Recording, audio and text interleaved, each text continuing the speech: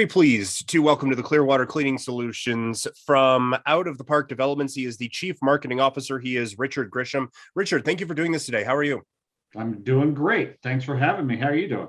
I'm doing excellent. Thank you. And thank you for doing this. I really appreciate it. Out of the Park, the baseball game is legitimately one of my favorite games to play. And I'm not just saying that because you're here. But for people who are unawares, maybe give us a bit of a run through of what this game is.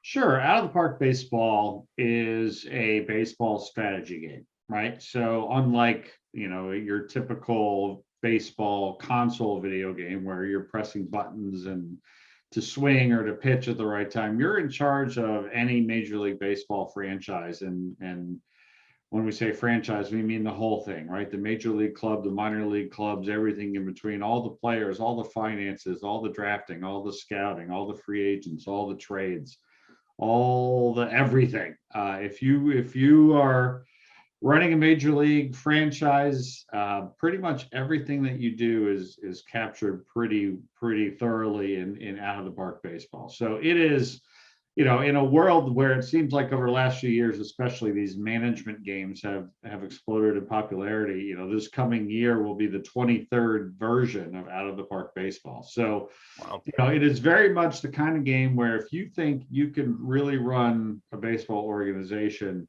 this gives you every opportunity to do it, whether you want to do it on your own, whether you want to play with your friends, or whether you want to participate in a persistent online competition where all sorts of people spend all sorts of time and effort to put the best possible team together. Yeah, I've found I have a much greater appreciation for the job that general managers have in baseball after playing this game, because I'll have like 150 guys on my rookie team, and I'll lose 7 dudes that I didn't want to lose in the Rule 5 draft. It Yep. is remarkably comprehensive. Yep. Yeah. And we spend a lot of time and effort, and we have an amazing community that supported the game for years, and they're always on our they always keep us on our toes so that we can make sure that we have the best possible representation out there. And it's also now, it's not just the major leagues, it's also the Korean baseball leagues, the KBO are fully licensed and in there as well. And then we also have a bunch of other international leagues available. So it really, Major League Baseball is obviously the main focus of the game and where the vast majority of our fans spend their time. But there's also a whole host of international leagues that you can play as well. So yeah, once you think you conquer the major leagues, there's still plenty of other things to do too. No, for sure. Now the new game 23 is coming out April 22nd. I know that there's a lot that's going up in the lead up to it for different features and stuff like that. But what are a couple of things that you can tell us that people can expect from the new game? Yeah, so as you mentioned, we're recording this in late March, and we're doing a whole road to release. So all of the main features will be coming out on April 7th in our trailer, and on April 14th in a long interview where our founder chats with MLB Network Scott Braun. But I can tell you, a couple things. Number one, that the one new feature that we have announced already is something that we were interested to see what the response would be, and that is in-game tutorials. Now, I've been working with Out of the Park, for about 9 years now, 8 or 9 years. And like the first day I got here, people were asking for tutorials, more tutorials. And our community over the years has done a great job making tutorials.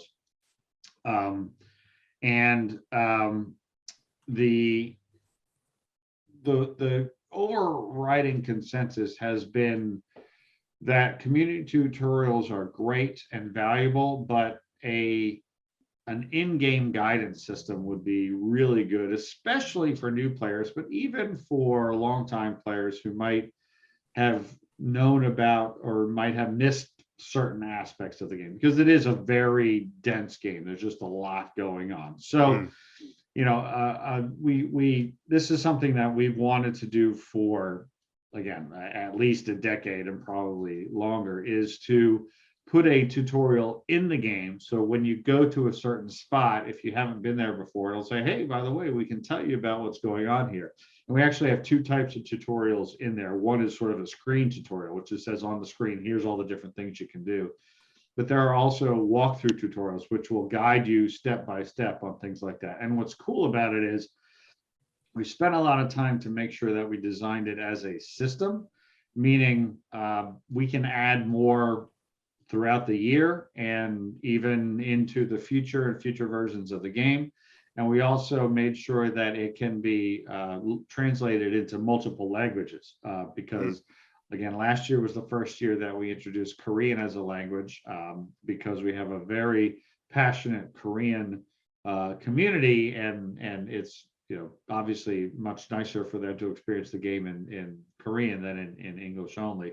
Right. So tutorials may sound really boring, but as a way to be able to directly communicate with everyone who's playing your game and be able to add on them and build on them based on community feedback, we do think really long term this is going to be something that a whole lot of people are going to really love. So that's the one main feature that we have announced so far. But have no fear, Out of the Park fans, there are lots of cool things coming for everybody. I feel like this year we really did touch on a lot of the different types of people who play our game. Because as you can imagine, with a game like Out of the Park Baseball, which has been around for so long and has such a passionate core community, right? You want to accomplish two things with your game every year. Number one, you want to delight your core community. And number two, you want to get a whole bunch of new people to join.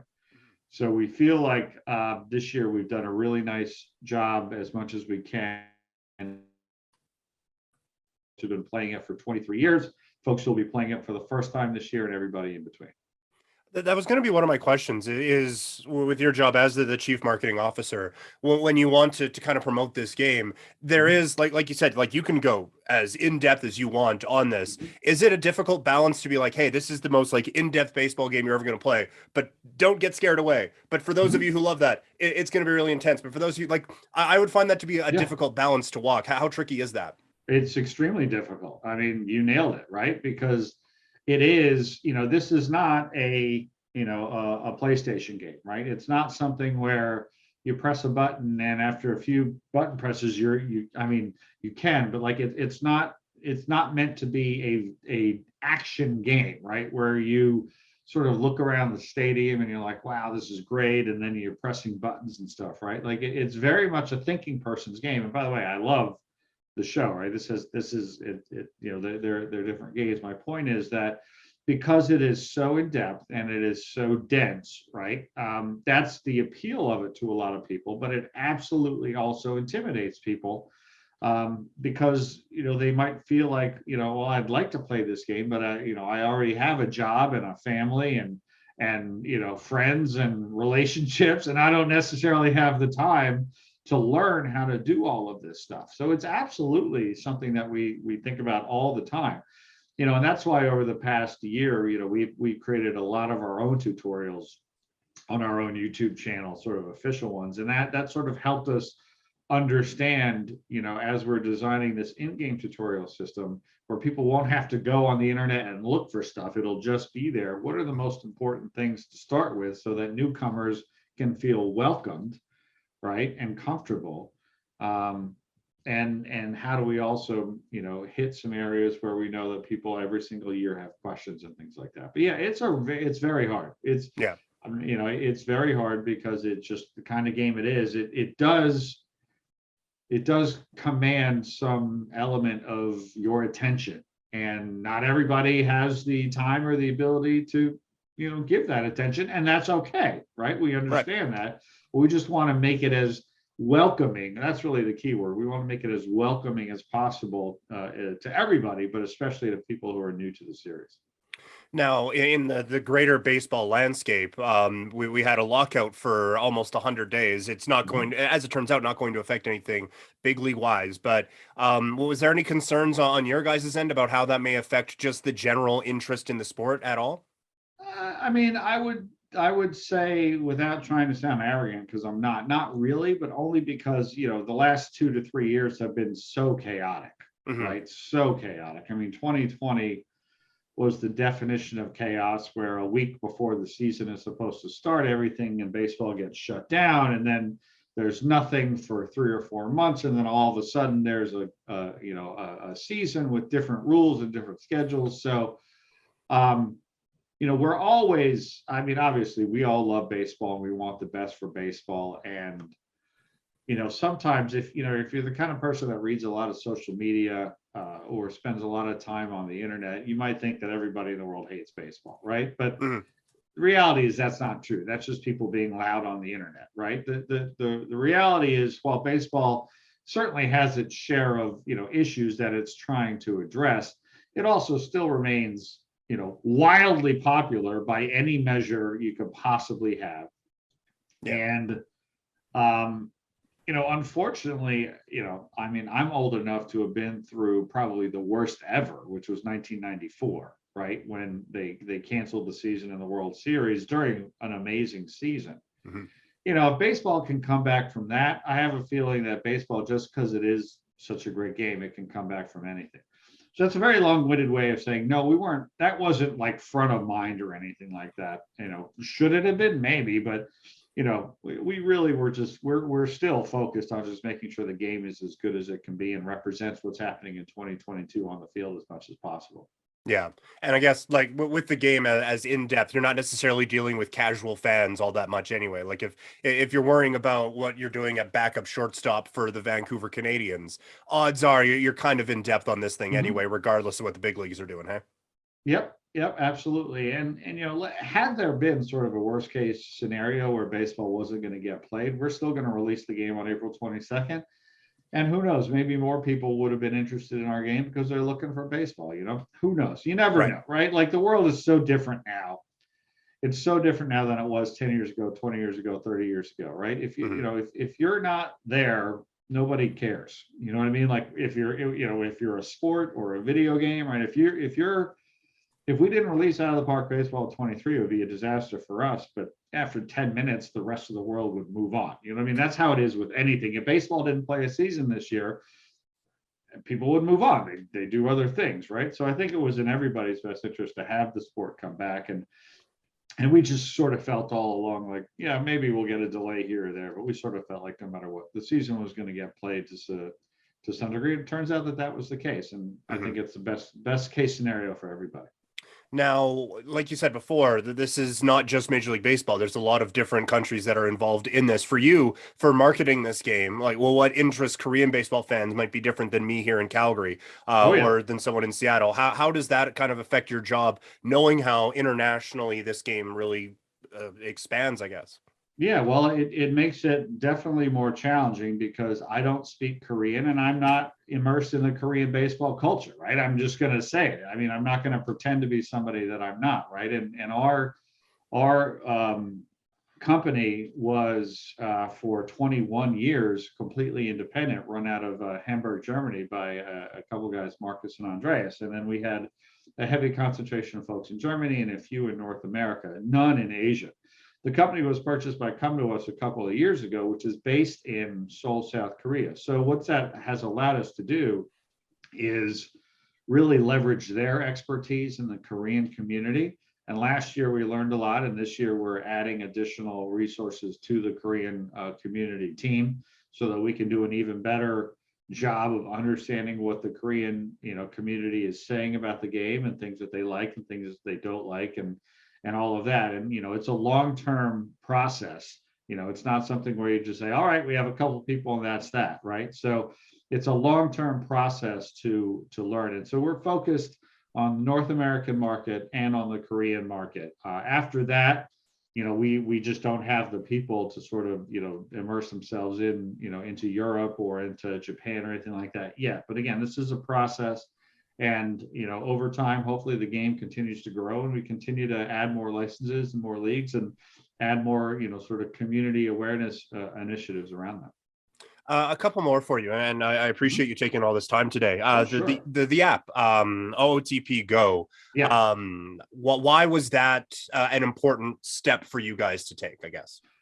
Yeah, that's a great question. It's something that we wanted to do for a long time, and with a very small team, right? There's less than 12 full-time people in the entire business unit for Out of the Park Developments, right? It Oh, wow. became something that we wanted to do, and it just took us a lot longer than we expected. But it's really what we've always wanted to do was to allow our fans to have the ability to sort of not have to be tethered to their PC all the time. Right now, obviously, with a game like Out of the Park, which is so it's a lot of, there's just a lot of information, right? There's a lot of names, a lot of results, a lot of teams, a lot of players, a lot of lists and photographs and stuff like that, right? It's not, again, it's not an action game, although you can watch all of the action, you can manage the action in beautiful 3D stadiums and stuff like that. So we always wanted to give our fans the ability to not be tethered to their PC, and so Out of the Park Go is the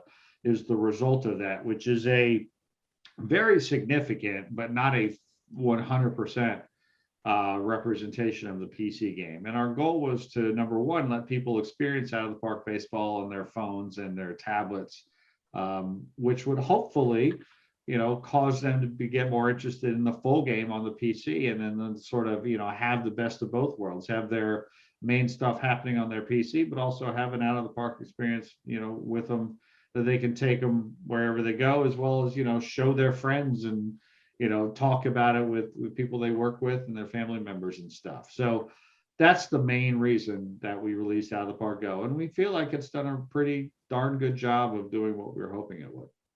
And I guess I was going to say recently, we're on to the eighth one now. You guys have branched into the hockey world as well.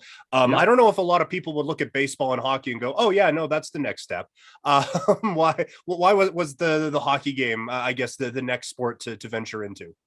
Well, it came down to the team behind Franchise Hockey Manager, right? So the guys that make Franchise Hockey Manager were and this is going back 15 years probably. They had a good relationship with Marcus and Andreas, who were the founders of the company, and they said, "Hey, we'd love to build a hockey strategy game, utilizing some of the infrastructure that Out of the Park has, so they can." Not build a complete game from scratch, which would take a long time. So it really just came from the development team, right? A sort of separate group of a couple of guys who were friends with Marcus and Andreas. They loved hockey. They wanted to they wanted to make a hockey strategy game, and their best opportunity was to partner, and that's where that came from. So that's technically a separate development group that does the Franchise Hockey Manager group. It's just it's three guys, full time. So again, a very, very small team that does a really, really nice job. Again, similar to Out of the Park. If you want to run an NHL franchise, Franchise Hockey Manager 8 is by far the best representation of all the different things that you have to do to make that happen. Like we said before, April 22nd, the game comes out. Does that mean April 23rd, the work starts on next year's, or do you guys get Absolutely. to take a bit of a Yes. breather at some point? No, there's no breathing in video games, especially when you release 2 to 3 a year every single year like we do. We release a new Out of the Park, we release a new Franchise Hockey Manager, we'll release an update or a new version of Out of the Park Go. So, when you're in the world of sports video games, there is never a breather for anybody. You're always working all the time. And if people want to get their hands on this, how can they do that? Well, the easiest thing to do is just Google Out of the Park Baseball. So Out of the Park Baseball 23 can be pre-ordered today, and pre-ordering gets you a 10% discount, and it gets you some cool Perfect Team stuff early, as well as gets you early access to the game, so you can be playing it as of April 19th. So if you just Google Out of the Park Baseball 23, it'll very quickly get you to the place where you want to click on the link and pre-order it.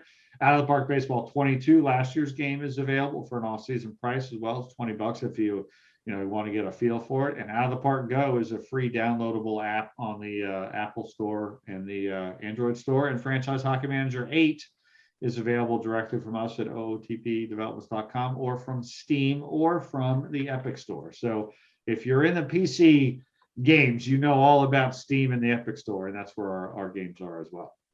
Richard, thanks for this. This has been a lot of fun. I appreciate you taking some time today. Oh, it's my pleasure anytime. And I really appreciate you asking me to come on. It was a lot of fun. Thank you. Thank you.